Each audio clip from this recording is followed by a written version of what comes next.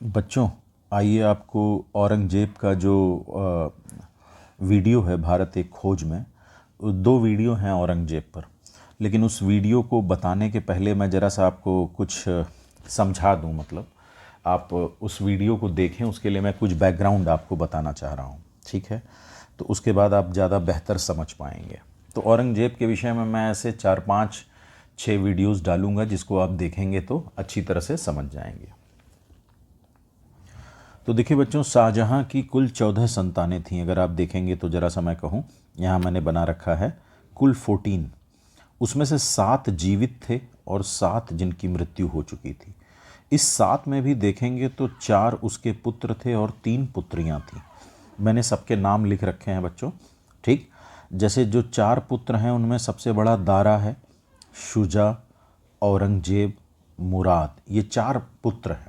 अभी मैं इनके विषय में बताऊंगा। और 3 पुत्रियां हैं बच्चों, जहां आरा, रोशन आरा और गौहन आरा। जानबूझ के मैंने ऐसे लिखा है क्योंकि दारा का समर्थन कौन करता था? जहां आरा। औरंगजेब का समर्थन कौन करती थी? रोशन आरा। और मुराद का गौहन आरा। अब ये मत सोचने लगेगा कि बेचारा सुजा बिना समर्थन के रह गया था। कुल मिला के इतिहास में यही है, ठीक? तो 4 उसके पुत्र हैं, 3 पुत्रियां हैं। इन पुत्रों का समर्थन कोई ना कोई पुत्री कर रही है। बैकग्राउंड आपको बता रहा हूं ताकि आगे आप जब वीडियो देखें भारत एक खोज वाला तो उसको बेहतर तरीके से समझ सकें, ठीक? अब दूसरी बात सुनिए। औरंगजेब दारा को बहुत प्यार करता था, हमेशा अपने पास रखता था। बाकी इन लोगों को दूर दूर सूबेदारी दे के सौंपता था, भेजता था, लेकिन दारा को हमेशा आगरा और दिल्ली में अपने साथ ही रखता था। जैसे मैं आपको इसका भी एक मैप दिखाने की कोशिश करता हूं बच्चों, ठीक? देखिए, अगर इस मैप को थोड़ा सा ध्यान से देखिए, ये मैप मैंने बनाया है, ज़रा समझिएगा ध्यान से, तो आपको एक चीज़ समझ में आएगी कि शाहजहाँ और दारा, देखिए यहाँ पे आपको शाहजहाँ और दारा दिख रहे होंगे। ये है आगरा और ये है दिल्ली। यानी कुल मिला के दारा को शाहजहाँ हमेशा अपने पास रखता था। अब देखिए, औरंगजेब को क्या है? दक्षिण का सूबेदार बना के रखा है। मुराद को क्या है? गुजरात का सूबेदार। और शाह सुजा या सुजा को बंगाल का सूबेदार। जबकि दारा को अपने हमेशा पास रखता था और इन लोग को जगह जगह की सूबेदारी दिया करता था। ऐसा नहीं कि औरंगजेब यहाँ का ही सूबेदार था, कई जगह का रहा, सिंध मुल्तान का, इधर बख्तर का, और गुजरात की भी सूबेदारी मिली। एक बार दक्षिण की पहले मिली थी, दोबारा फिर से सूबेदारी मिली। कुल मिला के लास्ट टाइम जो पोजीशन थी वो ऐसी थी कि मुराद गुजरात का सूबेदार था, शाह शुजा बंगाल का और औरंगजेब दक्षिण का सूबेदार था, ठीक? अब मैं कुछ आपको और चीज़ें बता रहा हूँ, ज़रा समझिएगा। ठीक है बच्चों, आइए अब एक चीज़ आपको और बताते हैं ताकि आप बैकग्राउंड को अच्छे से समझ सकें, ठीक है? देखिए, एक मिनट, देखिए मैप है बच्चों, ज़रा सा ये क्या मैप है, जस्ट पहले मैं थोड़ा सा आपको इसका ज़रा सा बैकग्राउंड बताता हूँ।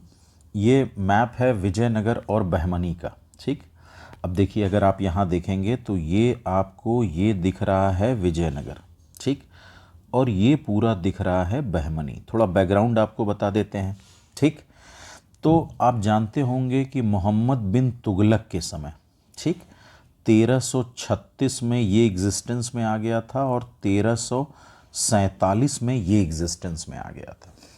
अब वो अलग कहानी है, लेकिन मैं बैकग्राउंड सिर्फ आपको बता रहा हूँ। तो मोहम्मद बिन तुगलक के समय विजयनगर और बहमनी 2 राज्य अस्तित्व में आए बच्चों, ठीक? अब अगर मैं बहमनी की बात करूं तो आगे चलकर बहमनी जो है 5 छोटे छोटे राज्यों में विभक्त हो गया, जिसको हम दक्कनी राज्य, डेक्कनी स्टेट्स या उत्तराधिकारी राज्य कहते थे। वो 5 कौन कौन से हैं? देखिए, पहला अहमदनगर, दूसरा बेरार, तीसरा बीजापुर, चौथा बीदर, पांचवा गोलकोंडा, ठीक? 5 में ये विभक्त हो जाता है बहमनी, ठीक? तो बहमनी का अस्तित्व कब से आया? 1347 में। अब आपको एक और इंटरेस्टिंग बात बताते हैं, जरा सा समझिएगा ध्यान से। बहमनी का अस्तित्व तो आता है 1347 में और इसका अस्तित्व समाप्त हो जाता है 1687 में। अभी जस्ट मैं उसकी स्टोरी शार्ट में बताता हूँ। मतलब मोटा मोटा 340 साल तक अस्तित्व में रहा बहमनी। कैसे समाप्त होता है, जरा इसको भी शॉर्ट में देख लीजिए। ये जो अहमदनगर है, ये किसका विलय कर लेता है? बेरार का। तो एक राज्य बन गया अहमदनगर, यानी नंबर 1 मैं यहाँ लिख देता हूँ। ये बीजापुर किसका विलय कर लेता है? बीदर का। तो ये बन गया नंबर 2 बीजापुर, और ये तीसरा हो गया गोलकुंडा। ठीक, गोलकुंडा, यानी टोटल 3 राज्य में कन्वर्ट हो गया, यानी 5 थे अब 3 में हो गए, अहमदनगर, बीजापुर और गोलकुंडा।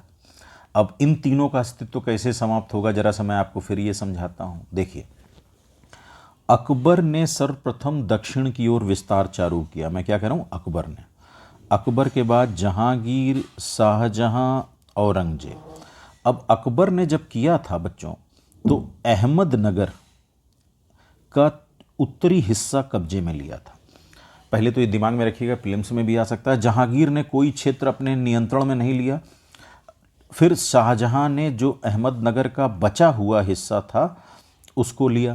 तो यानी कुल मिला के अगर देखेंगे तो अहमदनगर अकबर और शाहजहां ने जो है कंट्रोल में ले लिया था।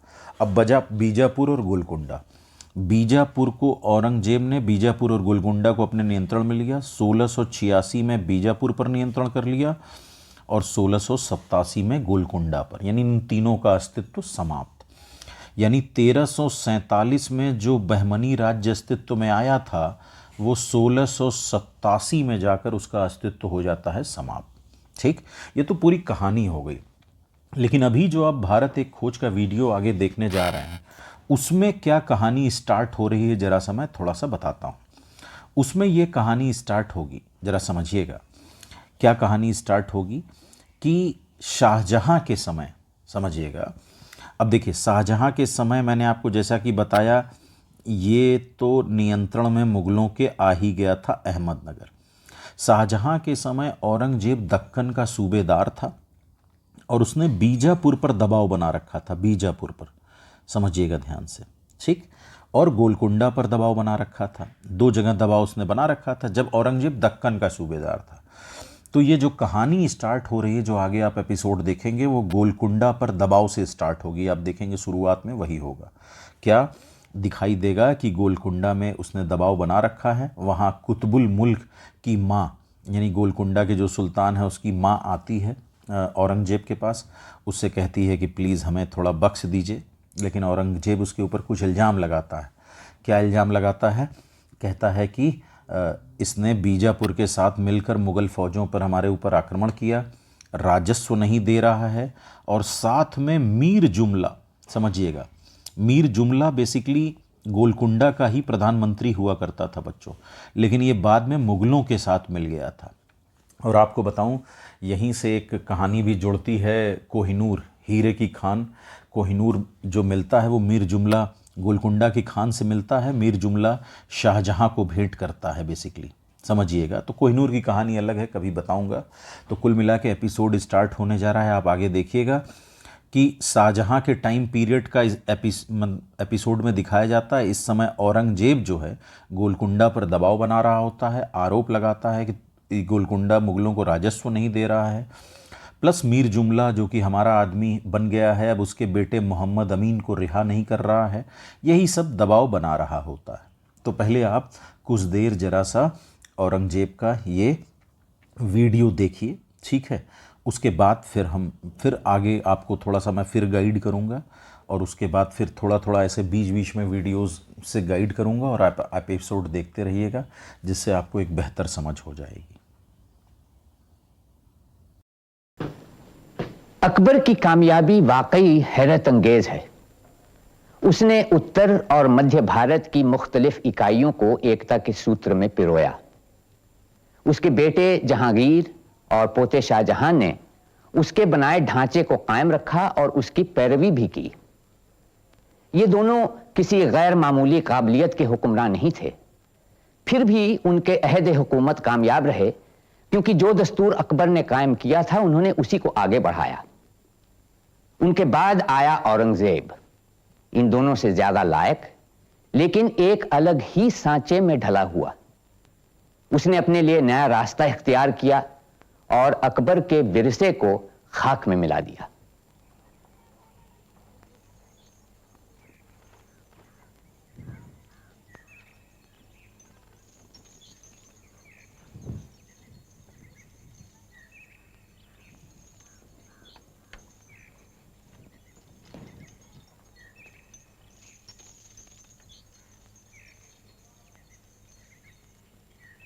हुजूर, गोलकुंडे के हाकिम कुतुबुल मुल्क की वालिदा हुजूर से मुलाकात के लिए तशरीफ लाई है।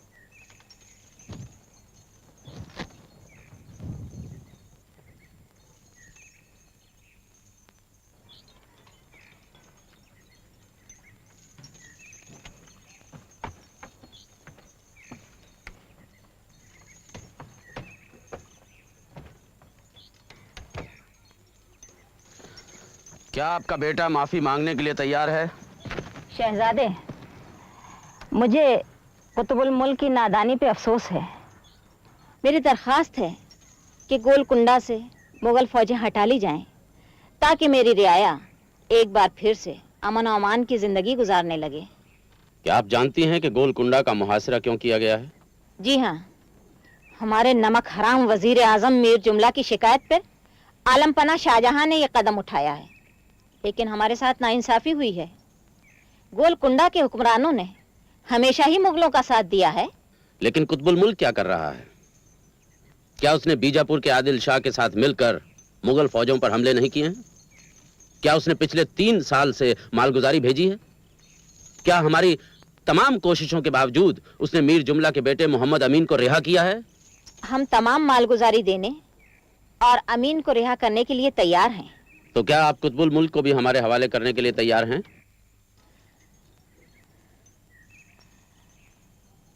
एक बूढ़ी माँ को इतनी बड़ी सजा मत दीजिए शहजादे, उसे माफ कर दीजिए।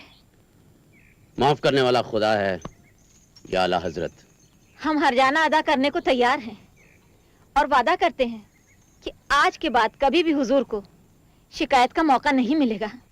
देखिए, आप मेरी बुजुर्ग हैं, मुझे कत्ल खून पसंद नहीं है, इसलिए मैं आपकी बात मान रहा हूं। लेकिन गोलकुंडा को 1 करोड़ रुपया जुर्माना देना होगा। हमारी रियासत बहुत छोटी है शहजादे। लेकिन हमारा नुकसान बहुत बड़ा है। जुर्माना नकदी, जवाहरात और हाथियों की सूरत में अदा किया जा सकता है। आपको मंजूर है? इसके अलावा चारा भी क्या है?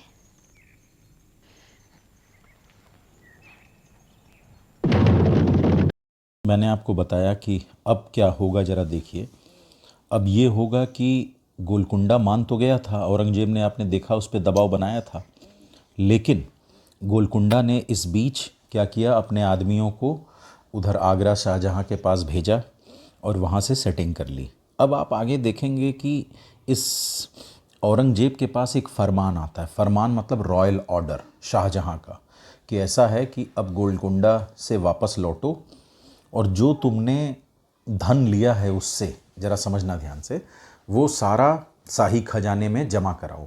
ठीक।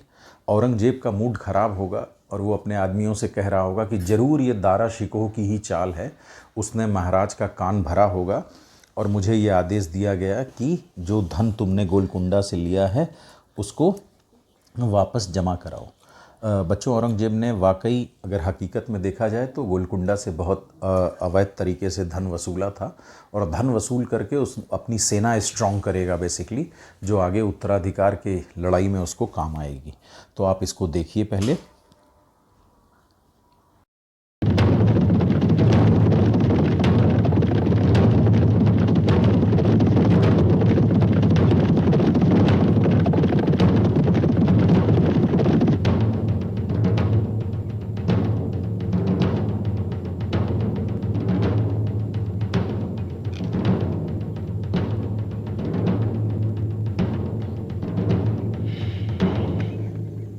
खुदा न खास्ता कोई बुरी खबर है बेटे?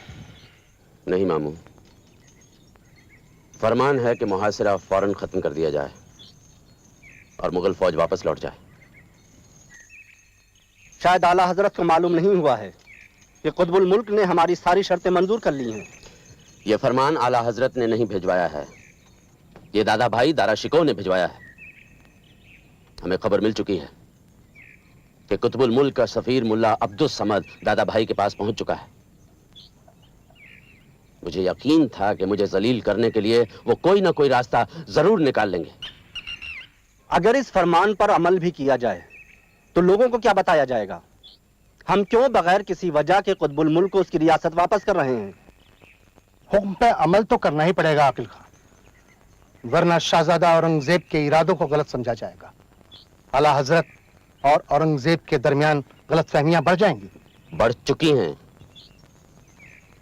उस बदनीयत शहजादे ने जो अपने को वली अहद समझता है, आप जानते हैं कि उन्होंने आला हजरत को क्या समझाया है? कि कुतुबुल मुल्क से हमने लातादाद हीरे और सोने के बर्तन ले लिए हैं। आपको ये कैसे मालूम हुआ? इस फरमान का आखिरी हिस्सा है कि वो तमाम जवाहरात और सोने के बर्तन जो हमने कुतुबुल मुल्क से हासिल किए हैं और जिसकी इत्तला हमने दरबार दिल्ली को नहीं दी है, उसे फौरन शाही खजाने में जमा करा दिया जाए। मामू, ये आपकी जिम्मेदारी है कि शाही फरमान का एक एक लफ्ज अमल में लाया जाए।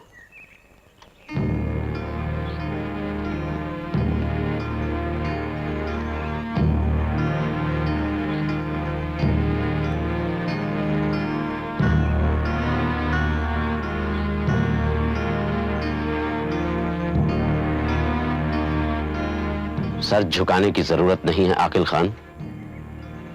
हर रात के नसीब में एक सवेरा होता है। हमारा भी वक्त आएगा और उस वक्त दारा शिकोह की एक एक साजिश का हिसाब किया जाएगा। आप दारा शिकोह को देख रहे हैं, दारा शिकोह की इमेज है और आपको आगे दिखाई देगा कि वो एक सूफी संत से डिस्कशन कर रहे हैं, एक इंटेलेक्चुअल डिस्कशन कर रहे हैं।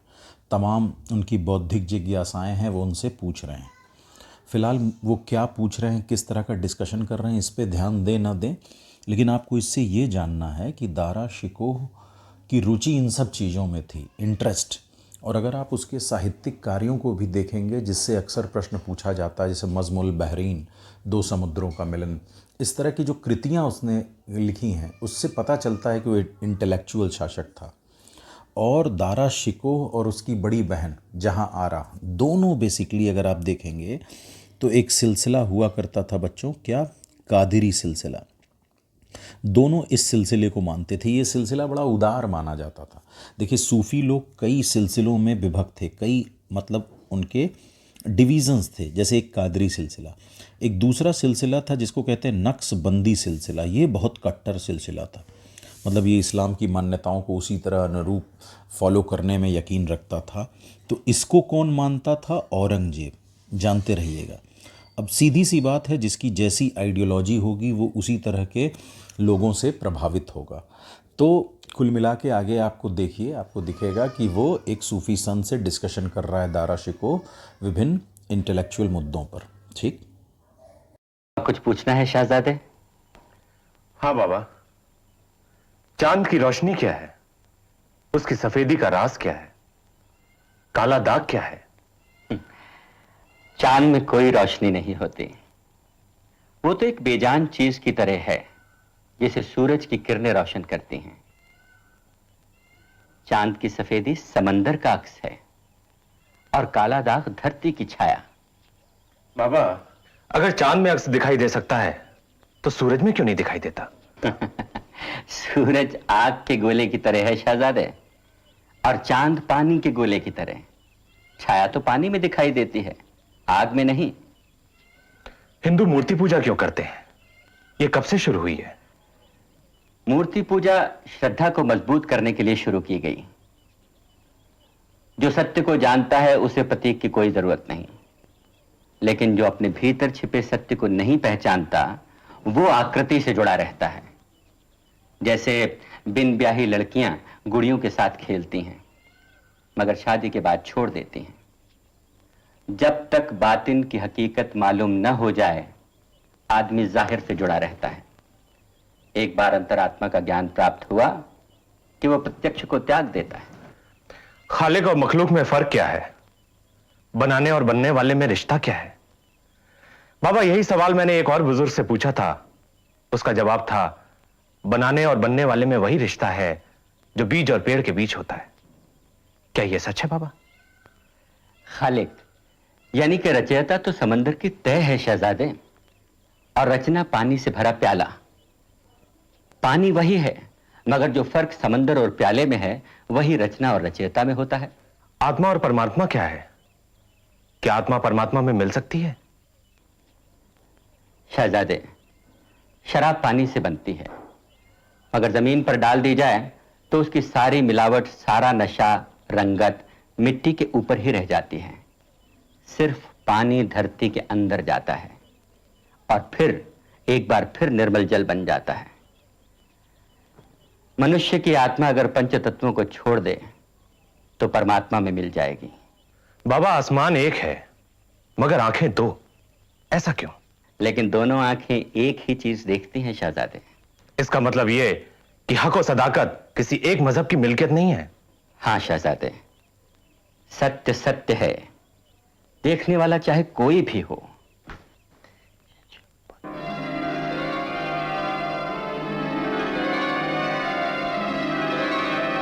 बाबा, खबर आई है आला हजरत की तबीयत बहुत खराब है। परमात्मा बादशाह सलामत को अपनी शरण में रखें। उत्तराधिकार का युद्ध स्टार्ट होगा। उत्तराधिकार का युद्ध तो वैसे तमाम हुए थे मुगल काल में, लेकिन जो शाहजहां के बाद उत्तराधिकार का युद्ध हुआ स्पेशली, वो बहुत ख़तरनाक था। मतलब दारा औरंगजेब और बहुत बड़े लेवल पे हुआ, इसीलिए इसे स्पेशली उत्तराधिकार का युद्ध कहते हैं। और वो कब चालू होगा? जब शाहजहां की तबीयत ख़राब होगी बेसिकली। तो अब आप आगे जो वीडियो में देखने जा रहे हैं वो यही देखेंगे कि शाहजहां की तबीयत ख़राब होती है और कैसे उत्तराधिकार का युद्ध शुरू होता है और उसमें औरंगजेब फाइनली कैसे विजयी रहता है। यही वीडियो में बेसिकली दिखाया गया है। ठीक, तो अब आप जैसे आगे क्या देखेंगे कि दारा शिकोह, चूँकि शाहजहां के पास ही रहता है, उसको उसके जो सिंपैथी रखने वाले दारा शिकोह से रहते हैं, जैसे उसमें एक चंपत राय रहता है बुंदेला, वो आके दारा शिकोह को बताता है कि महाराज, आप ये जो शाहजहां की तबीयत ख़राब है, न्यूज़ बाहर नहीं जानी चाहिए, क्योंकि औरंगजेब जो बीजापुर और गोलकुंडा से धन मिला है उससे फ़ौजें तैयार कर रहा है। तो बल्कि दारा शिकोह उसको कहता है कि तुम इसलिए ऐसा बोल रहे हो क्योंकि औरंगजेब ने तुम्हारी रियासत जब्त कर ली। तो कहता नहीं महाराज, मैं ऐसा इसलिए नहीं बोल रहा हूँ, मुझे पक्की सूचना है। ये सब बातचीत होती। फिर वो कहता है कि देखिए, जब महाराज ने आपको शासक घोषित किया था, मतलब मैं आपको बैकग्राउंड बता दूं बच्चों, शाहजहां ने क्या किया था, इसको बुलंद इकबाल की उपाधि दी दारा शिकोह को और 1 करोड़ रुपए वजीफ़ा देने का डिक्लेयर किया और अपना आगे उत्तराधिकारी घोषित किया था। तो जब उत्तराधिकारी घोषित किया तो बाकी सारे जितने शहजादे थे, यानी गुजरात में मुराद, बंगाल में शुजा और दक्कन में औरंगजेब, ये सब खुश नहीं हुए थे। तो कुल मिला के अब देखिएगा कि बैकग्राउंड बनेगा क्या उसका, उत्तराधिकार के युद्ध का। तो आप आगे देखिए जरा सा।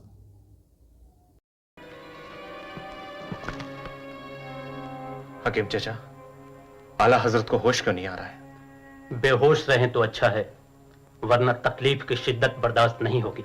हकीम साहब, खुदा न ख्वास्ता आला हजरत का मर्ज ज्यादा खतरनाक है क्या? गुर्दे काम नहीं कर रहे हैं मलिक जीवन। अगर पेशाब नहीं हुआ तो आला हजरत। हकीम चाचा, आप आला हजरत के पास ही ठहरिए। बेहतर।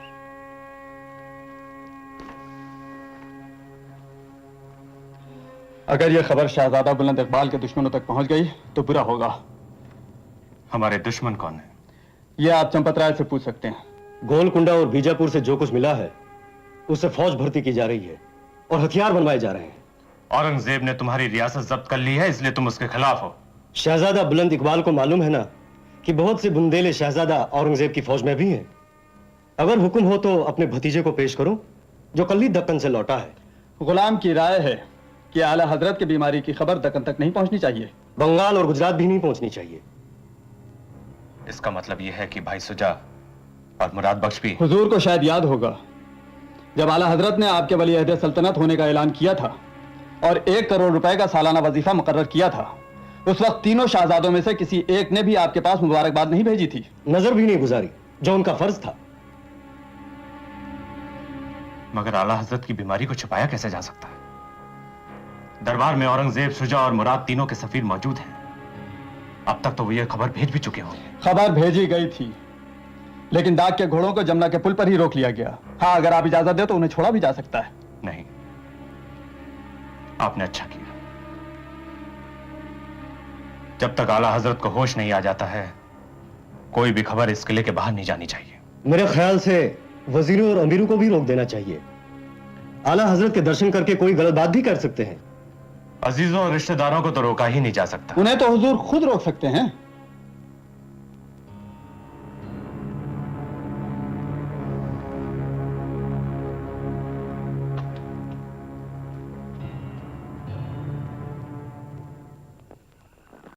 जैसा कि मैंने बताया था कि हर एक भाई को एक बहन सपोर्ट करती है। जैसे दारा को कौन सपोर्ट करता था, जहां आरा, और औरंगजेब को कौन सपोर्ट करती है, रोशन आरा। तो आगे आप वीडियो में देखेंगे कि रोशन आरा उसके पास आती है, औरंगजेब के पास, और सपोर्ट करती है और कहती है कि भाई शाहजहां नहीं रहे। हालांकि उसकी सूचना गलत थी, और जोधपुर के महाराज जो है उन्होंने राजपूतों के साथ घेरा डाल के, राजा जसवंत सिंह ने घेरा डाल के रखा है, किसी को आने जाने नहीं दे रहे। इस तरह की बातें करती है कुल मिला के। हाँ, और तो और कहती है कि दारा शिकोह ने शाहजहां का हमसल शक्ल बिठा के रखा है, उसी को दर्शन करवा रहे हैं लोगों के। तमाम चीज़ें उसको कहने का मतलब भड़काती है औरंगजेब को। तो बस दिमाग में इतना रखिएगा कि औरंगजेब को किसका समर्थन था, रोशन आरा का, और दारा शिकोह को किसका था, जहां आरा का। आगे देखिए आप।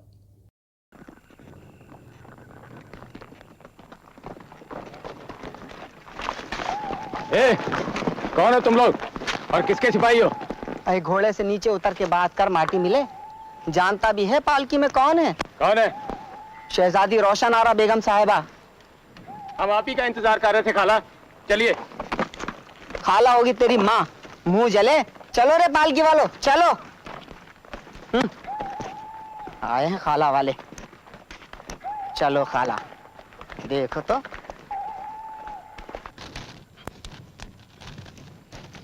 बैठिए आपा। आपके पैगाम ने तो हमें परेशान कर दिया था। बात ही ऐसी है जो खत में नहीं लिखी जा सकती थी। कहिए। औरंगजेब, हमारे आला हजरत इस दुनिया से जा चुके हैं। या अल्लाह, तेरी खैर। भाई दारा इस खबर को छुपाए हुए हैं, जबकि दिल्ली में सबको मालूम हो चुका है। लेकिन यहाँ तो कोई इत्तला नहीं आई। दिल्ली के सब दरवाजों पर पहरा है। जोधपुर के राजा जसवंत सिंह के 30,000 राजपूत हर रास्ते में निगरानी कर रहे हैं। मैं जियारतों के बहाने यहाँ निकल कर आई हूँ। इन्ना लिल्लाहि व इन्ना इलैहि राजिऊन। खुदा आला हजरत को जन्नत में जगह दे। आमीन। पता नहीं दारा भाई ने आला हजरत की मैयत के साथ क्या सलूक किया होगा। दारा भाई पागल हो चुके हैं। एक गुलाम को जिसकी सूरत आला हजरत से मिलती है, दर्शन के लिए झरोके में बिठा दिया। और जब मैं वहां से आ रही थी तो खबर मिली कि आला हजरत को आब व हवा बदलने के लिए आगरा ले जाया जा रहा है। आला हजरत को या उनकी लाश को? लगता है दारा भाई अपनी तख्त नशीनी का ऐलान आगरा से ही करेंगे। ये इत्तला भाई सुजा और मुराद को पहुंचाना बहुत जरूरी है। पहले सोच लो कि इत्तला मिलने पर कौन किसका साथ देगा। दिखाते हैं आपको। अब मुराद की कहानी शुरू होगी, इसके बाद देखिएगा मुराद का। तो इसमें आपको आगे देख के क्या क्या पता चलेगा, कुछ बातें ध्यान दीजिए। एक तो ये जो मुराद थे भाई साहब, ये नृत्य और शराब में लीन रहते थे। आगे इस कमजोरी का औरंगजेब भी फ़ायदा उठाएगा, देखिएगा आप। एक तो ये दिखेगा। दूसरा, कैसे बादशाह लोगों को उनके जो चेले लोग हैं चढ़ा के, देखिए, बादशाह घोषित करवा देते हैं। मतलब कैसे लोग चढ़ाते हैं कि हुजूर आप खुद को बादशाह घोषित कर दें। इस तरह की चीज़ें आपको दिखेंगी।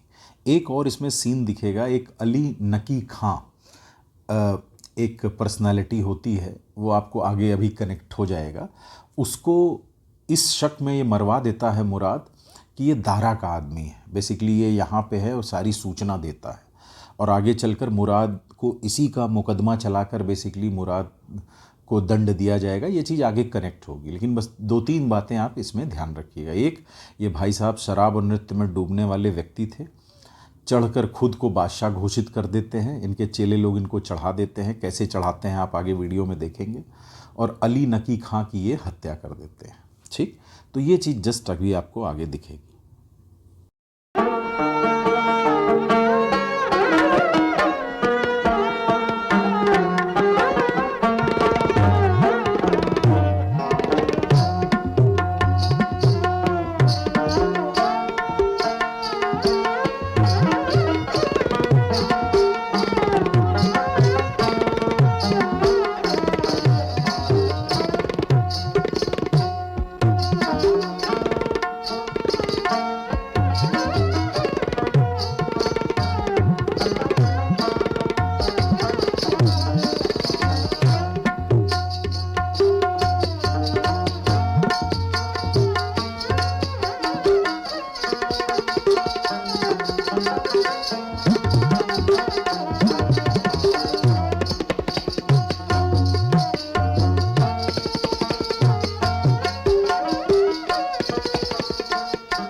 हुजूर खत आया है। किसका खत है? शहजादा औरंगजेब का। हजरत जी।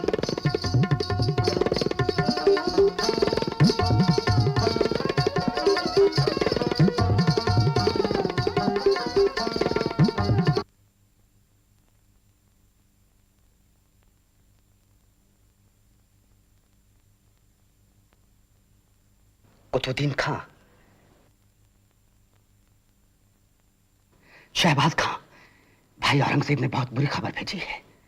आला हजरत का इंतकाल हो चुका है। अल्लाह। और दादा भाई ने हुकूमत पर कब्जा कर लिया है। और आपको इंतकाल की खबर भी नहीं थी? मौत को अभी तक राज ही रखा गया है और उन्होंने ये भी लिखा है कि इस राज को तब तक राज ही रखा जाएगा जब तक गुजरात, बंगाल और दक्कन पर दारा शिकोह का कब्जा नहीं हो जाता। तो क्या हुजूर मुगल फौज दिल्ली से कूच कर चुकी है? मालूम नहीं। शहजादा शुजा बहुत दूर है, औरंगाबाद भी बहुत दूर है, इसलिए पहला हमला हम पर ही होगा। क्या हम मुकाबला कर सकेंगे? मुकाबला? मुकाबला तो तब होगा हुजूर जब वजीर आजम अली नकी खां चाहेंगे। क्या बक रहा है? क्या हुजूर नहीं जानते कि अली नकी खां शहजादा दारा शिकोह का मुरीद है हुजूर, और आप पर नजर रखने के लिए ही उसे यहाँ भेजा गया है। शाहबाज खां ठीक कह रहे हैं हुजूर, अली नकी हमारे लिए बहुत बड़ा खतरा बन सकते हैं। अगर मैं दादा भाई से मुकाबला ना करूं, उन्हें अपना बादशाह मान लूं तो काश आला हजरत की जिंदगी में ही यह फैसला हो जाता तो हकदार को उसका हक तो मिलता। तो मुझसे साफ साफ बात कर। हुजूर, सारी दुनिया जानती है कि वली-ए-अहद दारा शिकोह को हुकूमत से कोई भी दिलचस्पी नहीं है। वो तो बस औलिया, पीर, फकीर और हिंदू जोगियों और सन्यासियों के बीच में बैठे रहते हैं हुजूर। और शहजादा शुजा तो और भी भोले हैं, उनका तो सियासत से दूर दूर तक कोई लेना नहीं है। इसीलिए हुजूर दिल्ली छोड़कर दूर बंगाल में डेरा जमाए बैठे हैं। और शहजादा औरंगजेब बहुत ही बहादुर और काबिल मगर सख्त मिजाज हैं। दुश्मन तो दुश्मन, दोस्त को भी माफ नहीं करते हुजूर। इसीलिए मैंने हुजूर से अर्ज किया था कि आला हजरत के रहते अगर किसी बात का फैसला हो जाता हुजूर, तो ताज हुजूर के सर पर होता। हाँ, हमारे साथ नाइंसाफी तो हुई है। जान के अमाल पाऊं तो कुछ अर्ज करो हुजूर। हाँ हुजूर, आप अपनी हुकूमत का ऐलान कर दीजिए। शहजादा औरंगजेब और शहजादा शुजा दोनों आपका साथ देंगे। हुजूर, मैंने तो नजूमी से मुहूर्त भी निकलवा लिया है। अगर हुजूर इस मुबारक घड़ी पर अपनी ताजपोशी का ऐलान कर सकें तो सारे हिंदुस्तान पर हुजूर की हुकूमत होगी। हाँ, और अली नकी?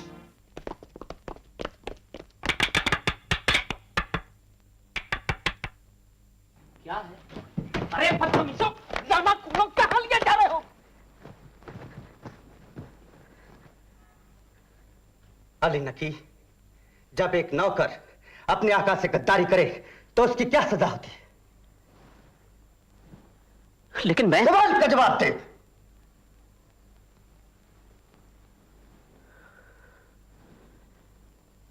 लेकिन गद्दारी साबित होने के बाद ये रहा तेरी गद्दारी का सबूत। नमक हराम, तू मेरा नौकर होकर दारा को वफादारी का यकीन दिलाता है। ये साजिश है शहजादे, और मैं अच्छी तरह से जानता हूं कि इसके पीछे कुतुबुद्दीन और शहबाज खां का दिमाग है। क्यों? उन्हें तुमसे क्या दुश्मनी? हर लालची ईमानदार का दुश्मन होता, हर झूठा सच्चे का दुश्मन होता है, और हर एक नमक हराम वफादार का दुश्मन होता है। अली नकी, तुम मेरे वजीरों की तौहीन कर रहा है। इनकी तौहीन से पहले आपको अपनी तौहीन की फिक्र होनी चाहिए शहजादे। जो हाकिम दोस्त और दुश्मन के बीच फर्क नहीं कर सकता, उसकी इज्जत उतरते हुए देर नहीं लगती। जलील गद्दार!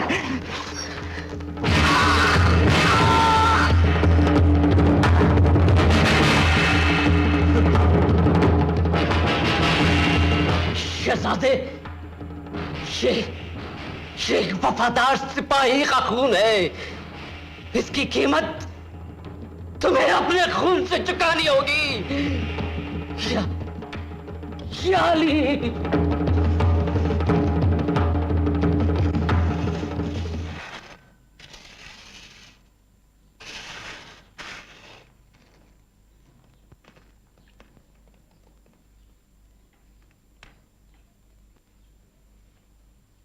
शुभ घड़ी आ गई महाराज, बधाई हो।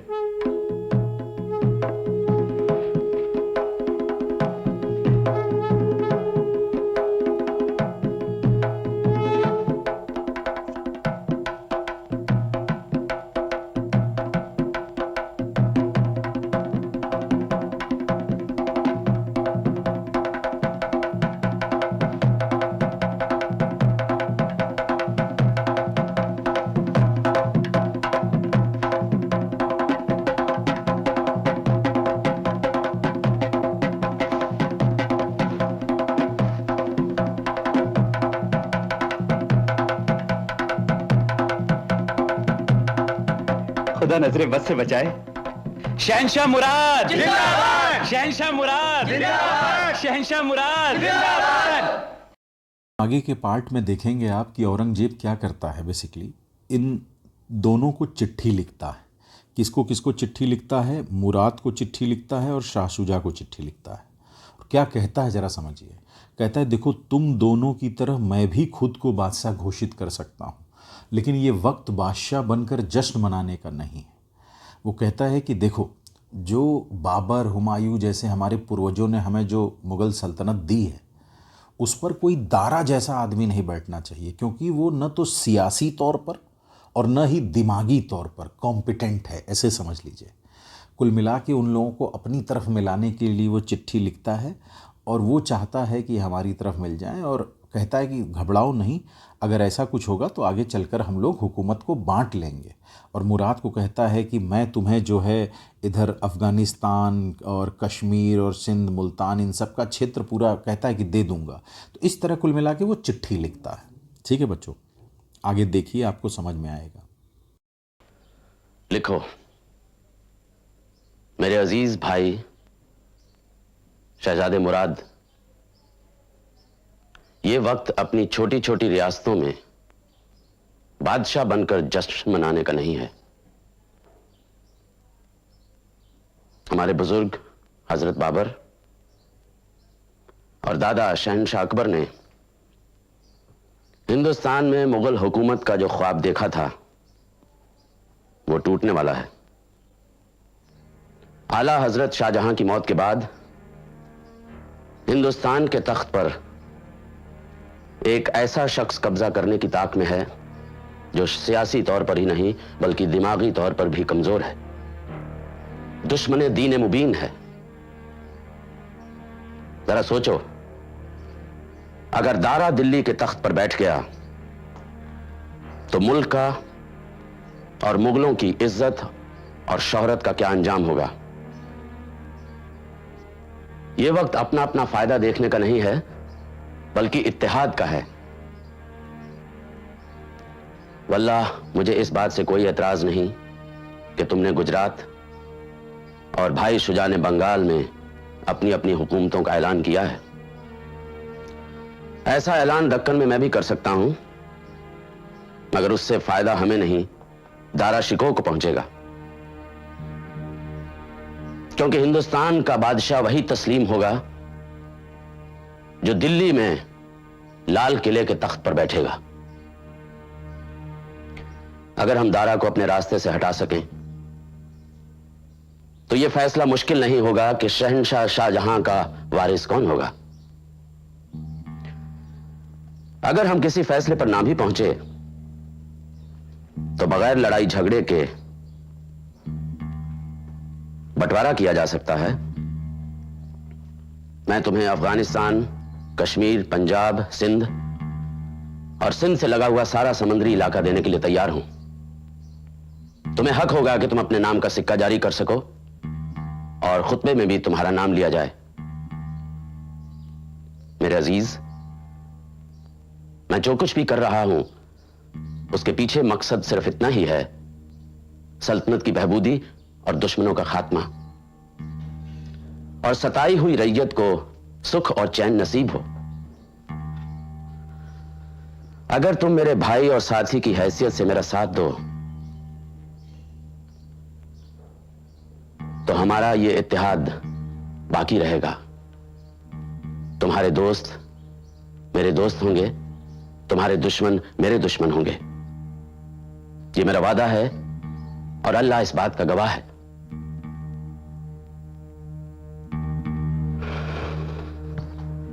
इसी मजमून का एक खत भाई शुजा को भी लिखो।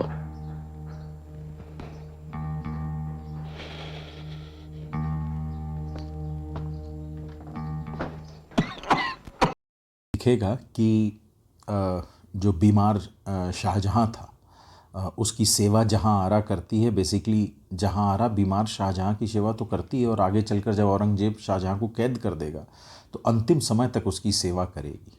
ठीक है, तो डिस्कशन होता है, ज़रा देखिएगा, दारा शिकोह शाहजहां और जहां आरा के बीच में।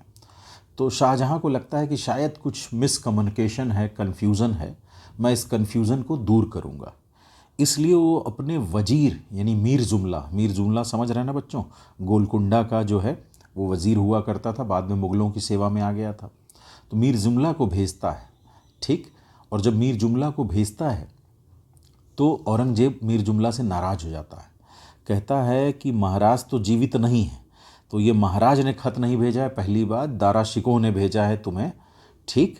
और कहा तुम्हारी मैं नीयत पे शक करता हूँ, क्योंकि तुम पहले गोलकुंडा के मतलब वज़ीर थे, मतलब ये औरंगज़ेब उसको कहता है कि तुम पहले गोलकुंडा के वज़ीर थे, तो तुमने उनके साथ तो कोई बहुत ईमानदारी बरती नहीं, तुम मुग़लों के क्या वफ़ादार हो गए।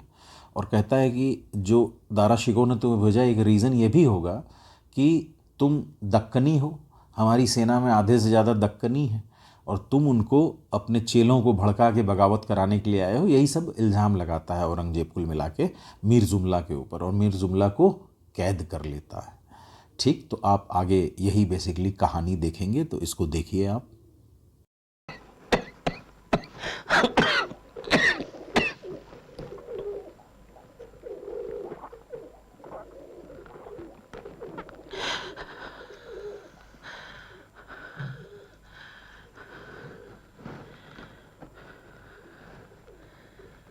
खुश रहो। जितनी खिदमत तुमने की है किसी औलाद ने नहीं की। हम तुम्हें बहुत बड़ा इनाम देंगे जहांआरा। खुदा हुजूर को सलामत रखे, यही कनीज का इनाम है। जीती रहो। शहजादा बुलंद इकबाल कहाँ है? सवेरे से वजीर आजम मीर जुमला के साथ दीवाने खास में है। मैं खबर भिजवाती हूँ कि हुजूर याद फरमा रहे हैं। हुजूर, शहजादा बुलंद इकबाल तशरीफ ला रहे हैं।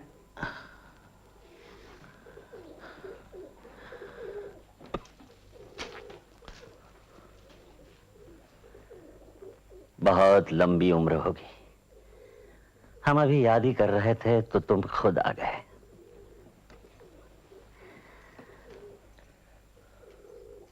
तुम कुछ परेशान लग रहे हो। जहांपना, बाजी आप रुक जाइए, ये खबर आपके सुनने की भी है। हुजूर, बेखौफ होकर कहो। शुजा ने बंगाल और मुराद ने हिंदुस्तान का बादशाह बनने का ऐलान कर दिया।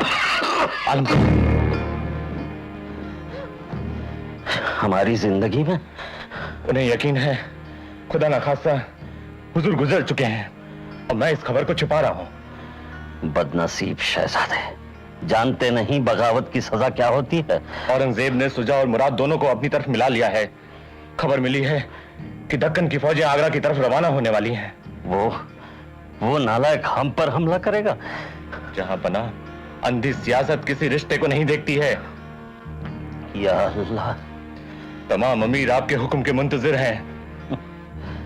हम क्या हुक्म दे शहजादे? क्या मुगलों ने हिंदुस्तान को इसलिए अपना वतन बनाया था कि लड़ाइयों के जरिए बर्बाद कर दिया जाए? क्या मुगल फौज को हुक्म दे कि दुश्मनों के मुकाबले के बदले आपस ही में लड़े? औरंगजेब और मुराद के सिपाही भी तो हमारे सिपाही हैं। हम अपने ही सिपाहियों की तबाही कैसे देख सकते हैं? औरंगजेब शुरू से नाफरमान रहा है। ये नाफरमानी किसी गलतफहमी का नतीजा भी हो सकता है। तख्तो ताज का लालच भी हो सकता है आला हजरत। अगर शहजादों को यकीन दिला दिया जाए कि हम जिंदा हैं और शहजादा बुलंद इकबाल ने हमारी मर्जी के खिलाफ कुछ भी नहीं किया है, तो ये फितना ही खत्म हो सकता है। जहांपना, ये तभी मुमकिन हो सकता है जब वो मानने को तैयार हो। वो मान लेंगे। हम अपनी तरफ से शुजा, औरंगजेब, मुराद बख्श को खत लिखेंगे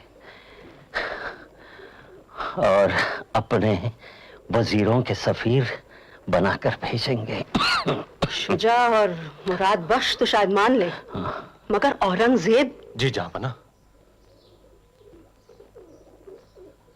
उससे पैगाम लेकर वजीर आजम मीर जुमला जाएंगे।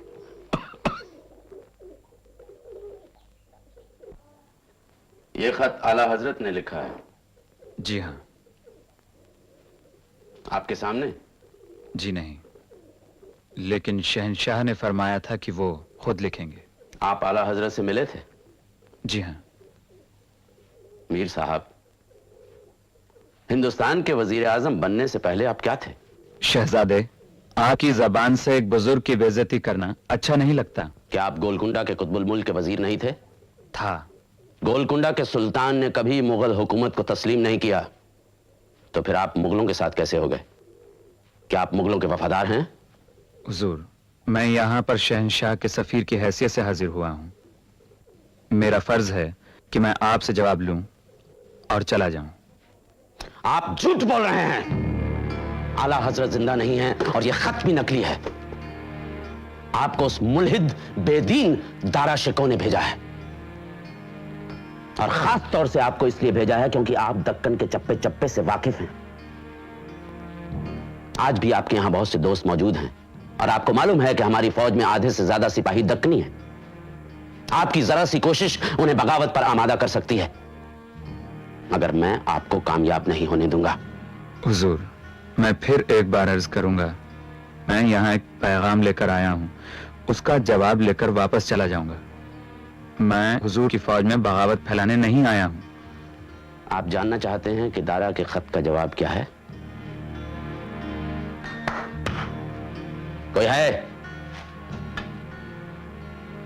सैयद मीर जुमला, वजीर आजम हिंदुस्तान, हमारे मेहमान रहेंगे। उन्हें किसी तरह की तकलीफ नहीं होनी चाहिए। हुजूर, आप बहुत बड़ी गलती कर रहे हैं। नहीं मीर जुमला, यह दारा को मेरा जवाब है। ले जाओ।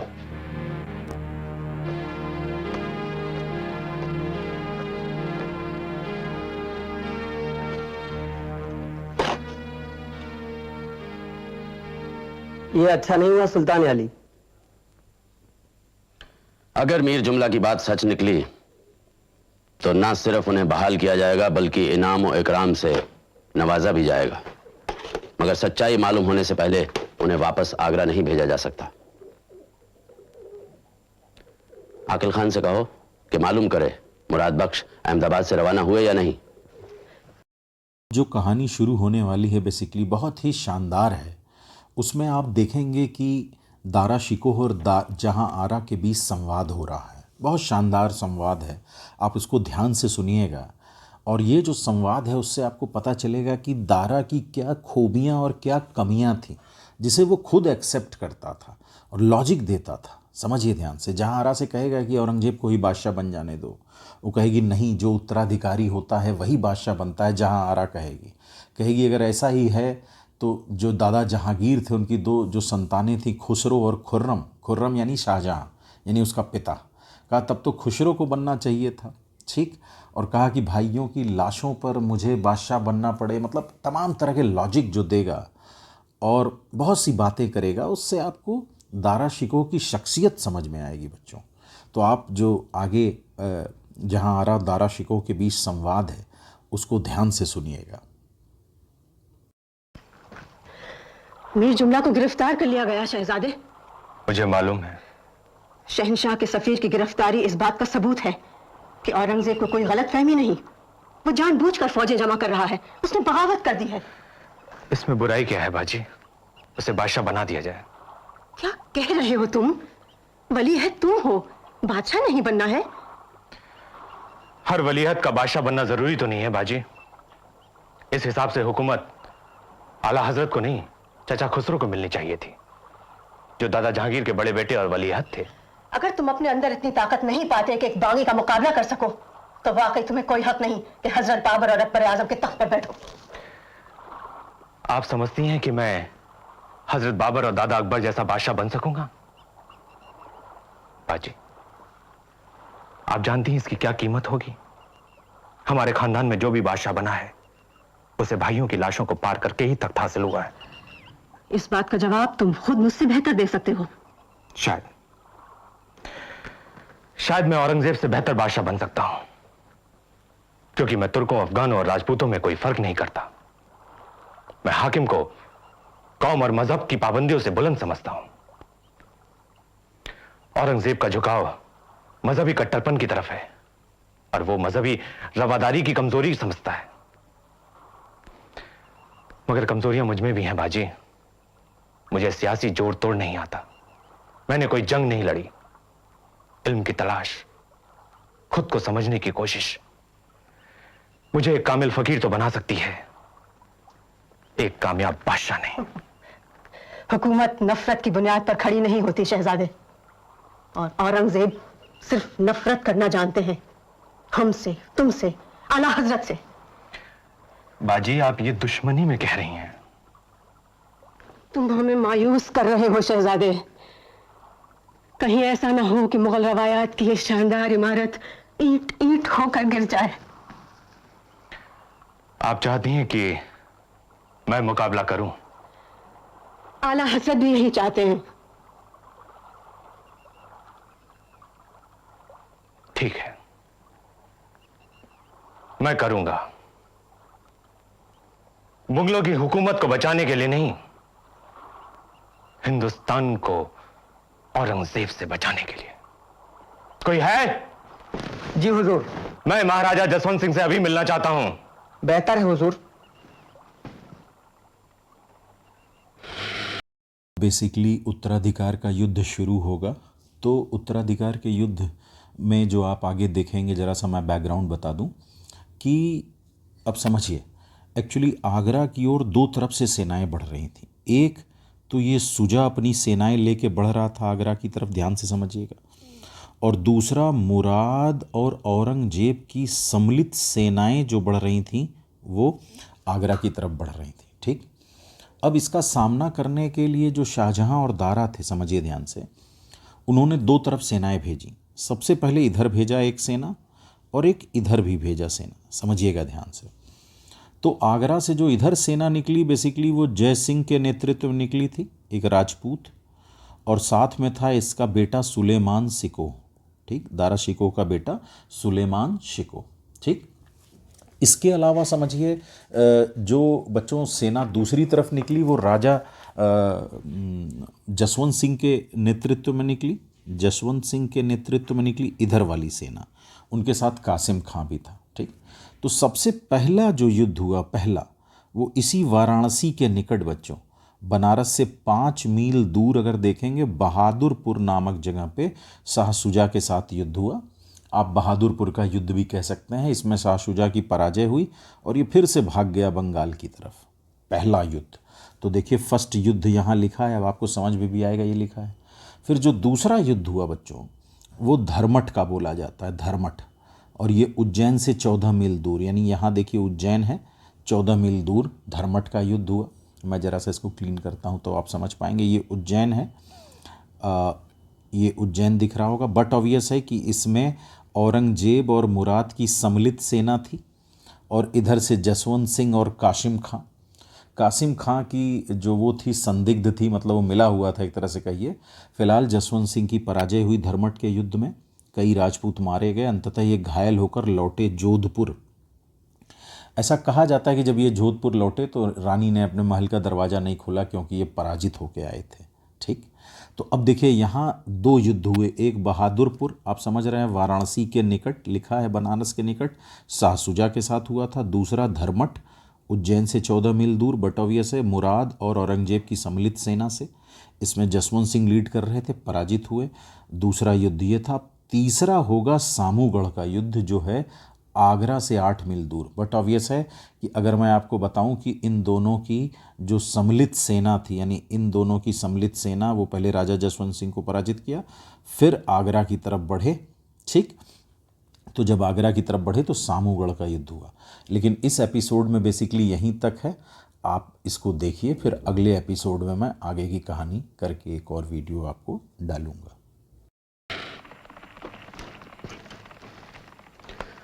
फौजें तैयार हैं मुराद? हाँ, सारी तैयारियां हो चुकी हैं। कल हमें आगरा के लिए कूच करना चाहिए। हुजूर, महाराजा जसवंत सिंह वालिया जोधपुर तशरीफ ला रहे हैं।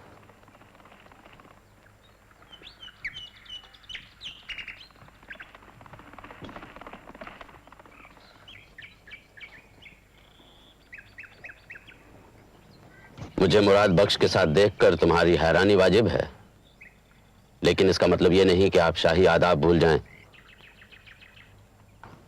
गुलाम आदाब बजा लाता है। आप किसके हुक्म से अपनी रियासत छोड़कर यहाँ आए? जहां पनाह का यह हुक्म है कि आप अहमदाबाद लौट जाएं। और हमारे लिए क्या हुक्म है? आप भी यहाँ होंगे, ये मुझे अंदाज न था। अगर मैं वापस अहमदाबाद ना जाऊं तो? गुलाम अर्ज कर गया तुम कि इतना बताओ कि अगर मुराद बख्श वापस ना जाए तो क्या तुम अपनी फौजी ताकत से उसे रोकोगे? जहां पनाह का यही हुक्म है। ये तो ज्यादती होगी राजा साहब। 2 बेटे अपने बीमार बाप को देखने जा रहे हैं, आप उन्हें रोकेंगे? सुल्तान आलिया जहां पनाह का हुक्म है कि आपको आगरे ना पहुंचने दिया जाए। क्या जहां पनाह हमसे डरते हैं? मेरी ये दरख्वास्त है हुजूर कि दोनों शहजादे अपनी अपनी रियासत को लौट जाएं। और अगर ऐसा ना हुआ तो आप जंग करने पर मजबूर हो जाएंगे। जी। राजा जसवंत सिंह, काश तुम हमारी तरफ होते। हुजूर, एक राजपूत सरदार की वफादारी का इम्तिहान न लें। इम्तिहान आज नहीं, कल होगा जसवंत सिंह, जंग के मैदान में। हमने तो पहले ही कहा था, भाई भाई से लड़ेगा तो अंजाम अच्छा नहीं होगा। दोनों को हमारे पास आने देते, हम दोनों के इख्तियारात को खत्म कर देते, ये मोर्चा बंदी भी हमेशा के लिए खत्म हो जाती। आला हजरत, मुराद अपनी तख्त नशीनी का ऐलान कर चुका था। औरंगजेब फौजें लेकर आगे बढ़ रहा था। अगर उसे रोका ना जाता तो हमें बुज़दिल कहा जाता। धर्मत की लड़ाई के बाद जिसमें जसवंत सिंह के 6000 से ज्यादा सिपाही मारे गए, हमें क्या कहा जाएगा? तारीख हमारे बारे में क्या लिखेगी? तारीख बदल भी सकती है, इंशाअल्लाह बदलेगी भी। मैं खुद मुकाबले के लिए जाऊंगा और फतेहाब होकर आऊंगा। जब तुम फैसला ही कर चुके हो तो जाओ। अब हमारे पास अलविदा कहने ही के लिए आना। जाओ।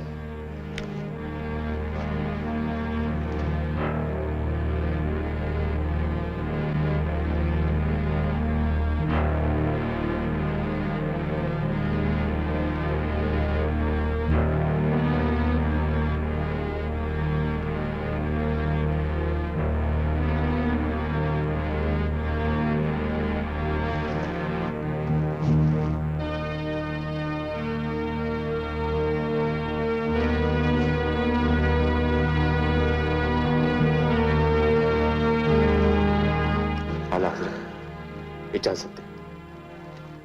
तुम हमारी रूह हो शहजादे। रूह को जिस्म से अलग करना बहुत मुश्किल काम है। हुजूर, कामयाबी की दुआ फरमाएं। अब तख्त या ताबूत का फैसला होगा। अल्लाह ने चाहा तो फतेह तुम्हारी होगी।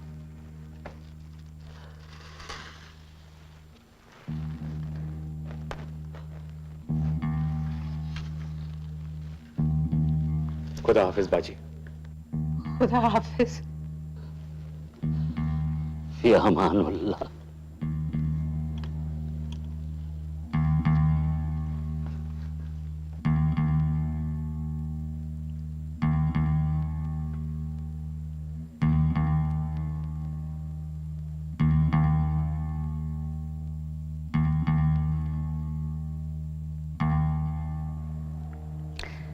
शाहजहां के दौर में मुगल शान और शौकत बुलंदी पर थी, साथ में जवाल के भी आसार नुमायां होने लगे।